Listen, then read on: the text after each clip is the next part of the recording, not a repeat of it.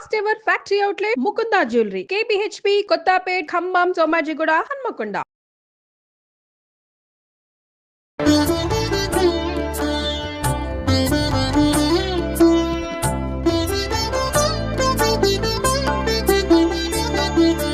నమస్కారం.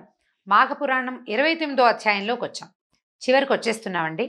అయితే దిలీప మహారాజుకి వశిష్ఠ మహాముని ఒక విషయం చెప్తున్నారు. ఇది మొట్టమొదట మనం ప్రస్తావించుకున్నదే, అది ఇప్పుడు వచ్చిందనమాట. ఇదేంటంటే వివరించే విషయాల్ని శ్రద్ధగా వినమని చెప్తూ, ఒకసారి వింధ్యాచలము మరియు హిమాచలము మధ్యనున్న ప్రాంతంలో కరువు కాటకాలు వచ్చి ప్రజలు చాలా ఇక్కట్లకి లోనయ్యారట. తాగటానికి నీళ్లు కానీ తినడానికి తిండి కానీ లేక ప్రజలు కటకటలాడిపోయారు. అదొక రకం పాండమిక్ సిచ్యువేషన్ అనమాట. పశువులకు సరైన మేత లేక నశించిపోసాగాయి.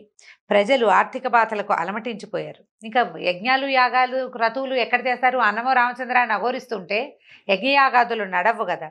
దేవతార్చనలు కానీ ధర్మకార్యాలు కానీ లేవు.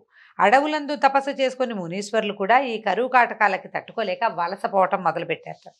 ఈ ప్రాంతంలో ప్రవహించే రేవా నదీ తీర ప్రాంతం అంతా నీళ్లు లేక ఫలవృక్షాలు పంట భూములు ఎండిపోవటం మొదలుపెట్టాయి.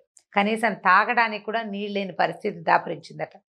ఈ అడవిలో బహుముఖ ప్రజ్ఞాశాలి తపోధన సంపన్నుడైనటువంటి భృగు మహర్షి నివసిస్తూ ఉండేవాడు.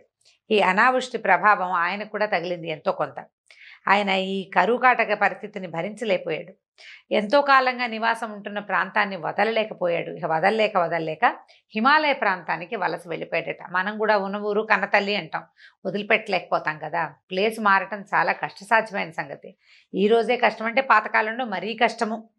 అయితే ఈ హిమాలయ పర్వత ప్రాంతము పడమటి దిక్కున ఒక కొండచర్య ఉందట. ఆ కొండచర్య అక్కడున్న కైలాస పర్వతానికి సమీపంలో ఉంది. హిమాలయ ప్రాంతం అంతా మంచుతో కప్పబడి ఉండటం చేత కైలాస పర్వతం వెండి కొండలాగా ప్రకాశిస్తూ ఉండేదట. ఆ ప్రాంతం అంతా ఇంద్రనీల మణులు నిక్షిప్తమై ఉండటం. ఇంద్రనీల మణులు అంటే నల్లగా ఉంటాయి కదా, కొంచెం బ్లూయిష్గా ఉంటాయి, నీలంగా కనిపిస్తాయి, కానీ నల్లటివి. కప్పుకొని చూస్తే నలుపు, ఎండ కనుక పడితే నీలం కనిపిస్తుంది అనమాట. అటు కాంతితో ధగధగా మెరుస్తూ ఉండేదట. ఎండ పడేసరికి ఈ మణుల మీద ఎండపడి అది వెండికొండ మీద, ఈ మంచు మీద పడి వెండికొండలాగా కనపడేదనమాట. ధగధగాయమానంగా ఉండేది. అయితే జ్ఞానులు, మహర్షులు, సిద్ధులు, తపోశక్తి సంపన్నులు ఇత్యాదులంతా వచ్చి మన పరమేశ్వరుని కొనియాడి ఎంతో ఆధ్యాత్మిక చింతనలో మునిగిపోతూ ఉండేవాళ్ళు. ఆ ప్రాంతానికి వచ్చి యక్ష కిన్నర కింపురుషాది గంధర్వులందరూ విహారాని కోసం ఇక్కడికే వచ్చేవాళ్ళు అని చెప్పేసరికి దిలీప మహర్షి అడుగుతున్నారు, ఈ ప్రాంతం పర్వత వైశిష్ట్యత కడు రమ్యంగా ఉంది, ఇంకా వింత కొలుపుతోంది, మరిన్ని విశేషాలు చెప్పండి. ఏమిటి అక్కడ విశేషాలు, ఇంకా ఏముంటాయి ఆ అడవిలో? మీరు విజ్ఞాన సంపన్నులు, సర్వశాస్త్రాలు మీకు తెలిసిన వాళ్ళు, వింటూ ఉంటే మంచు పడటం వల్ల ఉన్న కొండ వెండి కొండలాగా మెరుస్తుందంటే ఎంత విశేషమైన సంగతి. అందుకని ఇంకా చెప్పండి అని అడిగట. అప్పుడు వశిష్ఠుడు ఏం చెప్పారంటే, వింత వింత వన్యమృగాలు, పలు రకాల పక్షులతో నిండి ఉండే ఆ పర్వతము చాలా విచిత్రమైనది, గొప్పదట. కడు వింత గొలుపుతుంది. ఇక్కడున్న చెట్లు చిత్రాతి చిత్రమైన వర్ణాలు, ఫలపుష్పాదులతో నిండి ఉండి కడు రమ్యంగా ఆకర్షణీయంగా ఉండేవి. ఆ పర్వతరాజం 30 యోజనాల పొడుగు, 10 యోజనాల ఎత్తుతోటి ఉన్నతంగా ఉండేది అనమాట. అంత ఎత్తుండేది. తర్వాత ప్రకృతి సౌందర్యాన్ని అంతటినీ సంతరించుకున్న ఆ పర్వతరాజం దగ్గరికి ఈ భృగు మహర్షి వెళ్ళిపోయాడు. పర్వతం యొక్క అందచందాలకి, సుందరమైన నయనానందకరమైన దృశ్యాలకి ఎంతో ఆశ్చర్యం చెంది ఏం చేశాడు, అక్కడే ఉండిపోయాడనమాట. తాను తదేక దీక్షతోటి తపస్సు చేసుకోవడానికి ఈ ప్రాంతం అనువుగా ఉంటుందని భావించాడు. ఒక చిన్న ఆశ్రమం నిర్మించుకుని తపస్సు ప్రారంభించాడట. ఇట్లా కొంతకాలం గడిచిపోయింది. భృగు మహర్షి యొక్క తపస్సు నిర్విఘ్నంగా కొనసాగేది. ఈ పరమ నిష్ఠాగరిష్ఠుడైన భృగువుకి ఈ ప్రాంతం ఎంతో తగినట్టుగా ఉంది. ఆయన సంతృప్తిగా ఇక తపస్సే, ఇక రెండో వ్యవహారం లేదనమాట. ఇలా ఉంటుండగా ఒక రోజట ఒక గంధర్వుడు భార్యా సమేతుడై ఆ పర్వతం మీదకి విహారానికి వచ్చాడు. గంధర్వులు వస్తారు. వీళ్ళంతా ఏంటంటే గంధర్వులు, కిన్నరులు, కింపురుషులు, యక్షులు ఒంటరిగా తిరగరు, జంటగానే తిరుగుతారట. ఎక్కడ ఏ కథల్లోనూ ఒక గంధర్వుడు అలా కనిపించదు. ఇద్దరు భార్యాభర్త. గంధర్వులు యక్షులు ఇద్దరు, కిన్నరులు కింపురుషులు కూడా ఇద్దరిద్దరు అట్లా తిరుగుతారనమాట. విహారానికి భూలోకంలో చాలా ప్రాంతాలకి తిరుగుతూ ఉంటారట ఈ గంధర్వులు. ఒకనాడు వచ్చి ఇక్కడ ఉన్నటువంటి ఈ భృగు మహర్షిని చూశాడు. చూసి ఆ భృగు మహర్షి తపస్సు, ఆయన తాలూకా స్థిమితమైన ఆయన సమాధి చూసేసరికల్లా అతను చాలా ఆకర్షితుడైపోయాడు. ఆయన దగ్గరకు వచ్చి కూర్చున్నాడు. కూర్చుని తన కష్టం చెప్పుకుంటున్నాడు అనమాట. మహాత్మా, తమరు తపోశక్తి సంపన్నులు, సర్వజ్ఞులు, కాబట్టి మీరు దయతలిచి నా కష్టాన్ని కడతీర్చమని ప్రార్థిస్తున్నాను అన్నాడు. భృగు మహర్షి అన్నాడు, నీకు వచ్చిన కష్టం ఏమిటి గంధర్వ? నువ్వెందుకు ఇంత విచారంగా ఉన్నావు? నీ వృత్తాంతం అంతా నాకు చెప్పమన్నాడు. అనేసరికల్లా గంధర్వుడు చెప్తున్నాడు, అయ్యో మహర్షి, నా కష్టాన్ని నేనేమని విన్నవించను. నా పూర్వజన్మ పుణ్యఫలం వల్ల స్వర్గం ప్రాప్తించింది. కానీ ఎందుచేతనో నాకు ఈ పులి ముఖము కలిగినది. నాకు ఈ దురవస్థ ఎందుకు కలిగిందో తెలియకున్నది. నే చేసిన పాపమేదో బోధపడుకున్నది. ఈ పులి ముఖంతో కడు బాధలు పడుతున్నాను. ఎవరికి నా ముఖము చూపించలేకున్నాను. నన్ను చూసిన వారందరూ నేను ఒక పులినని పలకరించుటలేదు. ఇక నా భార్య ఈమె ఉంది కదా, అమ్మాయేమో అత్యంత లావణ్యవతి, మిక్కిలి గుణవంతురాలు, మహాసాధ్వి. ఈ వికృత రూపం వల్ల నేను అందరికీ దూరం అయిపోతున్నాను. నాకు ఈ రూపకారణం ఏమిటి? దాని నివారణోపాయాన్ని కూడా తెలియజేయమన్నారు. ఇప్పుడు బోధపడింది కదా, గంధర్వుడికి పులి ముఖం ఉంది. పూర్తిగా పులిలాగా లేదు, కానీ పులిలాగా అనిపించే ముఖం. ముఖ కవళికలు అలా కనపడతాయన్నమాట. ఒక వికృతమైన రూపం పులిలాగా కనపడేసరికల్లా ఇతరులు ఎవరు దగ్గరికి రారు, స్నేహం చెయ్యరు. ఏదో శాపవశాత్తు వీడికి ఇది కలిగింది, ఈ శాపగ్రస్తుడితోటి మాట్లాడకూడదని ఇతరులు ఇతన్ని పరిహరించేసేవాళ్ళు. లేకపోతే పులి ముఖం ఎలా వస్తుంది? శరీరం అంతా బంగారంతో దగదగలాడిపోతున్న గంధర్వుడికి ముఖం పులిగా ఉంది అంటే వాడేదో శాపగ్రస్తుడు. అలాంటి వాడితో మాట్లాడకూడదు. దాంతో చాలా ఇబ్బంది పడుతున్నాను. నా భార్య పరమసాధ్వి, నేనంటే అపరిమితమైన ప్రీతి, నన్ను జంటబాయకుండా ఉంటుంది. ఈ పులి ముఖంతో నేను పడే ఇబ్బంది అంతా ఇంత కాదు. నా భార్యను సంతోషపెట్టడానికి కూడా నా ముఖం మారాలి. అసలు నాకు ఈ దురవస్థ ఎందుకు వచ్చిందో చెప్పమన్నాడు. గంధర్వుని వృత్తాంతము, అతని దీనాలాపాలు విని అతని వికృతమైన రూపాన్ని చూసినటువంటి భృగు మహర్షి హృదయం ద్రవించిందట. తన హృదయాన్ని ఎవరో అయ్యో కలిసి, అయ్యో ఎట్లా ఉంది, ఇంత దురవస్థ ప్రాప్తించిందే వీడికి అనిపించింది. అతనికి ఈ వికృత రూపంలో ఉన్న గంధర్వుడికి ఎలాగైనా సాయం చేయాలని నిశ్చయించుకుని, ఓ గంధర్వుడా, నువ్వు మిక్కిలి దురదృష్టవంతుడివి, భాగ్యహీనుడివి. నీ అదృష్టహీనత వల్లే నీకు ఈ దురవస్థ వచ్చింది. మనిషికి 3 చాలా కష్టం కలిగించే ఉంటాయి. ఏమిటది? పేదరికము, పాపము, దురదృష్టము.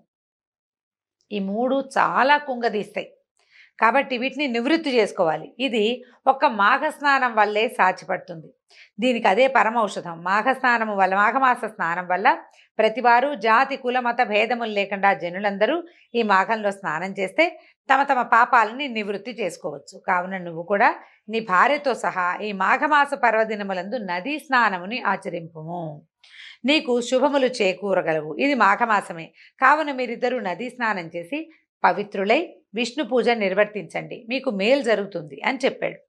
మాఘమాసము నదీ స్నానం చేసుకోగానే నీ కష్టాలు తొలుగుతాయి, భయపడద్దు, నీ మనోవాంఛ నెరవేరుతుంది అని మాఘమాస విశిష్టతను గురించి భృగు మహర్షి ఈ గంధర్వుడికి తెలియచేశాడు. అయితే వీళ్ళు దేవతలు కదండి, పైన లేదా స్వర్గంలో వాళ్ళకి తెలియలేదా ఇవన్నీ?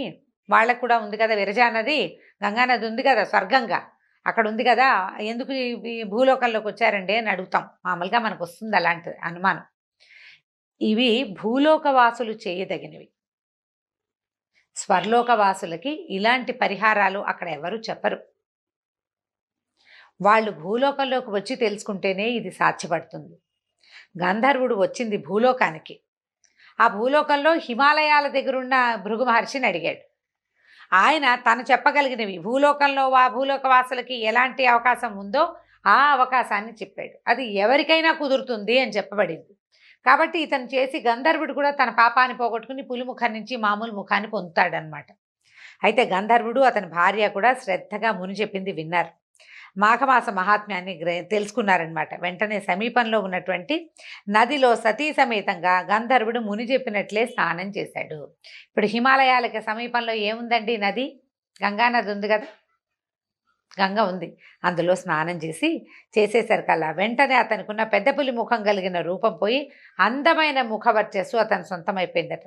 భర్తను చూసిన ఆ గంధర్వుని భార్య ఆనందంతో ఉబ్బి తబ్బిబ్బైపోయింది. ఇదేమిటండి, వీడు ఓసారి చేయంగానే వీడికి మామూలు వీడి శాపం పోయింది అని అడగాల్సిన అవసరం లేదండి. ఎందుకంటే ఇప్పుడు నేను గంధర్వుడిని, నాకు స్నానం చేస్తే నాకు ఫలితం వస్తుందా అని అనుమానపడలా.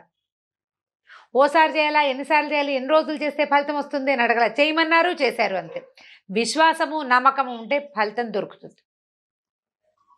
అతను భృగు మహర్షిని నమ్మాడు. ఆయన తనకి శాపావసానాన్ని చెప్తాడని, తన బాధను పోగొడతాడని త్రికరణ శుద్ధిగా నమ్మటము, ఆయన చెప్పిన తాలూకు పరిహారాన్ని వెంటనే చేయటం వల్లే అతనికి వెంటనే ఫలితం లభించిందనమాట.